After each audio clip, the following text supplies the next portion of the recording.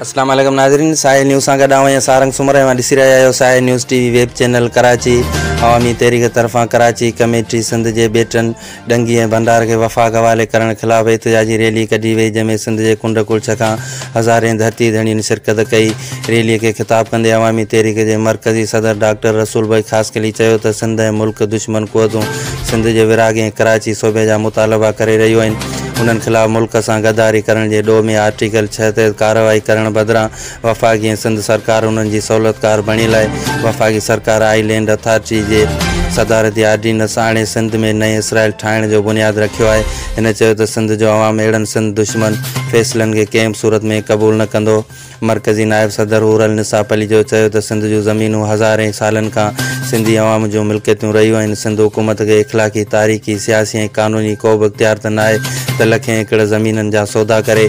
Advocate Sajjad Ahmad Chandio चयो त बेरिया town बाबति सुप्रीम कोर्ट में सिंध हुकूमत जी रखियल मौक़िफ़ मां साबित थी चुको आहे त सिंध जे सोन जहिड़ी ज़मीन खे कीअं भुॻड़नि मुठि नीलाम कयो वियो आहे। टीटी सिंध जे बेटनि साहिली पट्टी सिंध जे जबलनि सिंध जे कचे सिंध जे शहरनि जो सौदो करे इक़्तिदार में रहणु चाहे थी। मरकज़ी जनरल सेक्रेटरी नूर अहमद कातियार चयो त सिंध जे शहरनि में हददख़लीअ जे नाले में हज़ारें माण्हुनि खे बेघर कयो वियो आहे। ॿिए तरफ़ हिकु सोचियल सम्झियल साज़िश ते सिंधी माण्हुनि खे दाइमी तौर ते अक़लियत में तब्दील करण लाइ लखें एकड़ ज़मीन बेरिया टाउन DHA ज़ुल्फ़कार आबाद ऐं ॿियनि राशी स्कीमनि खे ॾिनी वई आहे। अफ़गानियुनि, बहारियुनि, ब्रेमियुनि, बंगालियुनि, हिंदुस्तानियुनि ऐं ॿियनि लखें गैर क़ानूनी रहंदड़ धारियुनि खे सिंध मथां काबिज़ करण लाइ वफ़ाक़ी ऐं सिंध सरकार शनाख़ती कार्ड ठाहे ॾियण जा ऐलान कया आहिनि। रिपोर्टर सईद सजाद अली शाह, साहिल न्यूज़ नेटवर्क, कराची।